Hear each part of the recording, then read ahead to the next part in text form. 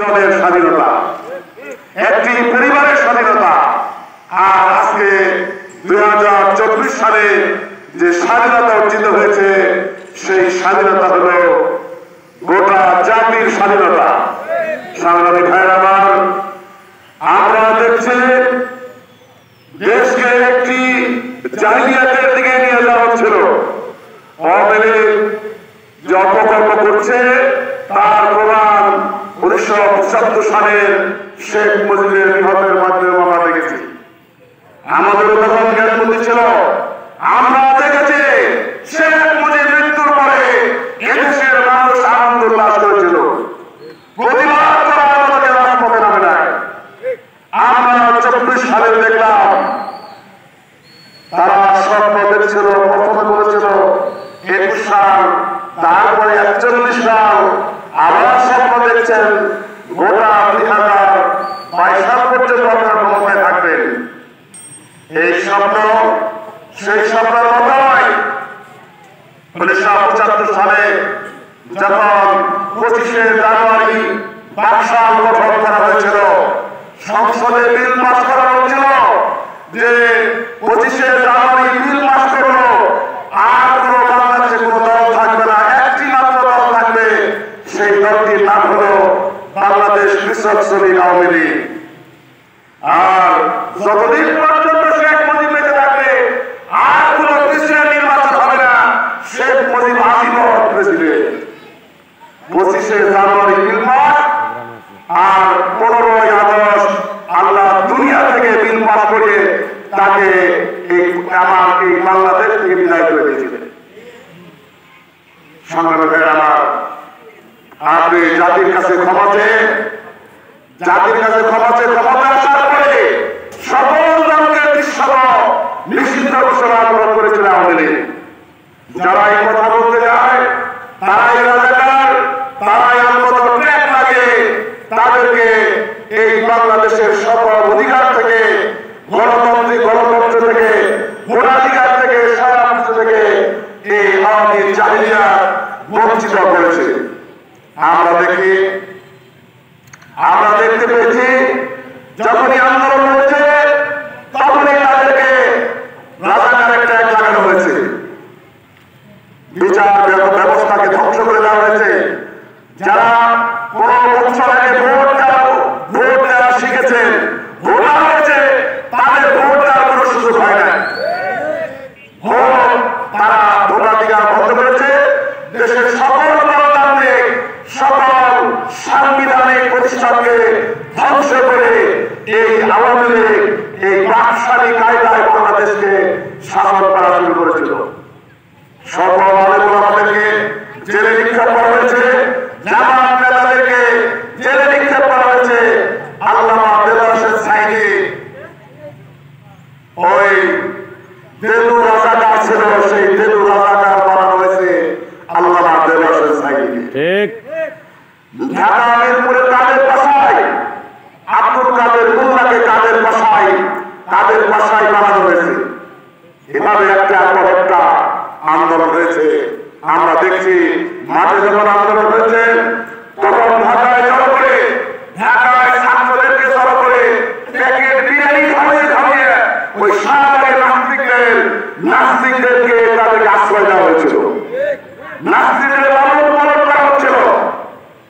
সিলেট থেকে প্রফেসর ওই শয়তান কি প্রফেসরটা জাফর ইকবাল এসে ছাত্রদের কাছে ট্রেনিং দেওয়ায়, আমি বলবো পথে কাদের মোল্লা, তোমরা বলবে তুই রাজাকার, আমি বলবো পথে গোলাম আজম, তোমরা বলবে তুই রাজাকার। এইরকম করে ট্রেনিং দেওয়া হতো। আর ট্রফি দাড়ি লাগিয়ে পোস্টার লাগিয়ে পোস্টারের মধ্যে লেখা হতো তুই রাজাকার। এই ট্রেনিং দিয়ে যেভাবে মানুষকে, দেশের মানুষকে, আলেম ওলামাদেরকে যেভাবে প্রতিপন্ন করা হয়েছে, এবার যখন কোটা বিরোধী আন্দোলন, কোটা বিরোধী না, কোটা সংস্কারের জন্য দাবি করা হয়েছিল, শতকরা 30 জন মুক্তিযোদ্ধা, ভুয়া মুক্তিযোদ্ধা চাকরি পাবে। আবার প্রাইমারি স্কুলে শতকরা 60 জন মহিলারা চাকরি পাবে। আর বাকি থাকে কত? ওইখানে আছে বিভিন্ন জাতির কোটা, পোষ্য কোটা, আর চাকরি যারা পাবে তাদেরকে বঞ্চিত করা হচ্ছিল। ছাত্র আন্দোলন করেছে, যখন মাঠে নেমেছে তখন বলেছেন রাজাকার। 15 তারিখে ঢাকা বিশ্ববিদ্যালয়ে ছাত্ররা এর মধ্যে আন্দোলন করে তুলেছে। আমরা দেখতে পেয়েছি যে চীন থেকে শেখ হাসিনা আসছে, তাদেরকে বলা হয়েছে আন্দোলন হচ্ছে এইভাবে সব টিভির মধ্যে বলে ফেললেন যারা মুক্তিযোদ্ধা তারা চাকরি পাবে না, তারা মেধাবী না, চাকরি পাবে না। রাজাকারের সন্তানেরা এই রাজাকার আপনার যখন লাগানো হলো, সারা বাংলাদেশের সকল বিশ্ববিদ্যালয়ের ছাত্ররা একযোগে বলে ফেললো তুমি কে, আমি কে, রাজাকার। এই আন্দোলনে যারাই মাঠে এসেছে তারাই তাদেরকে রাজাকার ট্যাগ লাগে। শেখ হাসিনা মনে করেছিল আন্দোলনকে এবার শেষ করে দেবে, কিন্তু সেটা হয় নাই। তারা মনে করেছে শেষ করে দেবে, কিন্তু 1 তারিখে জামাত ইসলামীকে নিষিদ্ধ করা হলো। 1 তারিখে জামাত ইসলামীকে নিষিদ্ধ করে রাখা হলো। মনে করেছিল রাজাকারের ট্যাগ লাগে এবার পার হয়ে যাবে। আর 4 তারিখ 5 তারিখের মধ্যেই শেখ হাসিনা রাজাকারের কামড়ে আপনি ধ্বংস হয়েছে। যে রাজাকার ট্যাগ লাগে আপনি বারবার চেষ্টা করেছিলেন, এইবার রাজাকারের ধ্বংস নেই, রাজাকারের সোনা নেই। আপনি বাংলাদেশ ছেড়ে আপনার নামার বাড়ি দিল্লি থেকে আশ্রয় গ্রহণ করেছেন। সাইদি সাহেব বলেছিলেন আমরা মরে আছি, আপনার আগায় এমন চাকরি দিল নামার বাড়ি দিল্লিতে গিয়ে পড়বে। সেই দিল্লিতে গিয়ে করছে। ইঁদুরের রক্ত খুঁজে নেবেন না, বাংলাদেশের কোন আমলে ইঁদুরের রক্ত খুঁজে পাচ্ছেন না। সংগ্রামী ভাইরা আমার, আজকে আমরা ঐক্যবদ্ধ হয়েছি, আমরা দেশের স্বাধীনতা অর্জন করেছি। আমরা আবু সাঈদ, রংপুরের আবু সাঈদ, ঢাকার ওই যে মুক্ত যারা আন্দোলন করেছে, জামাত ইসলামী প্রত্যেক পরিবারে প্রায় 1000 পরিবারে, প্রত্যেক পরিবারে 2 লাখ করে টাকা আমরা শহীদ পরিবারে তাদেরকে অনুদান দিয়েছি। যদি 1000 পরিবারকে দেওয়া হয় কত টাকা দরকার? প্রায় 20 কোটি টাকা প্রয়োজন। যারা হয়েছে তাদের চিকিৎসার দায়িত্ব আমরা নিয়েছি। আজকে যারা আন্দোলন করছেন, মাঠে নামছেন, চাঁদাবাজি করছেন, ভাঙচুর করছেন, আপনারা শহীদ পরিবারের পাশে দাঁড়ান নাই, আপনারা ভাঙচুর নিয়ে ব্যস্ত আছেন। তারা বলছেন যে আমরা শরীয়তি শাসনের বিরুদ্ধে, আমরা পক্ষে না, কোরআনের শাসনের পক্ষে না, আমরা বাংলাদেশে কিছু করতে চাই। যারা স্বাধীনতা অর্জনের পরে যারা লুটপাট নিয়ে ব্যস্ত আছেন, যারা ভাঙচুর নিয়ে ব্যস্ত আছেন, যারা চাঁদাবাজি নিয়ে ব্যস্ত আছেন, খবর আমাদের কাছে আছে। কিন্তু কোটি কোটি টাকা চাঁদাবাজি করেছেন, খবর আমাদের কাছে আছে। সংগ্রামী ভাইরা আমার, জামাত ইসলামের আমির বলছেন যারা আমাদেরকে নিয়ে খেলা করেছেন, যারা অত্যাচার করেছেন, তাদেরকে আমরা সাধারণ ক্ষমা ঘোষণা করলাম, ঠিক আছে, কিন্তু প্রত্যেকটা বিচারের আইনের মাধ্যমে, আদালতের মাধ্যমে অপরাধীদের বিচার হবে। যারা দল এমনি করার কারণে বিচার আমরা করবো না, অপরাধ যারা করেছে তাদের আমরা সাথ দেবো না। ট্রাইব্যুনাল গঠন করা হয়েছে, যে ট্রাইব্যুনালে আমাদের কাছে থেকে ফাঁসি দেওয়া হয়েছিল, সেই ট্রাইব্যুনালে নতুন প্রসিকিউটর নিয়ে দেওয়া হয়েছে। শেখ হাসিনা সহ মানবতা বিরোধী যারা কাজ করেছেন প্রত্যেকেই ফাঁসির কাছে ঝোলানো হবে ইনশাআল্লাহ। সংগ্রামী ভাইরা আমার, আমরা আগামী দিনে ইসলামী সমাজ প্রতিষ্ঠা করতে চাই। একটা ইসলামী সমাজ প্রতিষ্ঠা করতে চাই।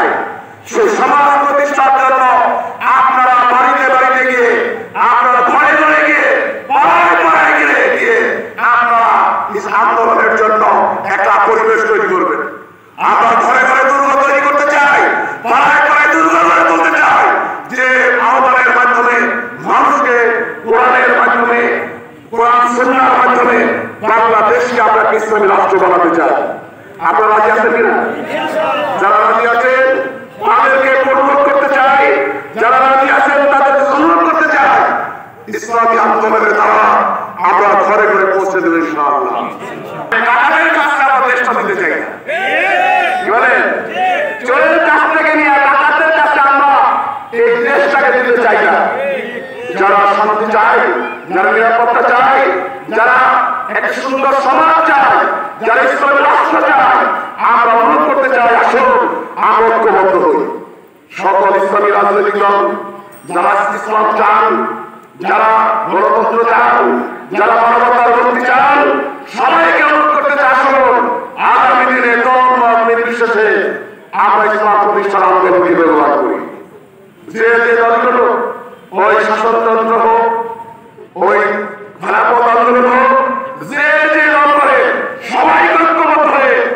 ইসলামী সমাজ প্রতিষ্ঠার জন্য এগিয়ে আসতে হবে।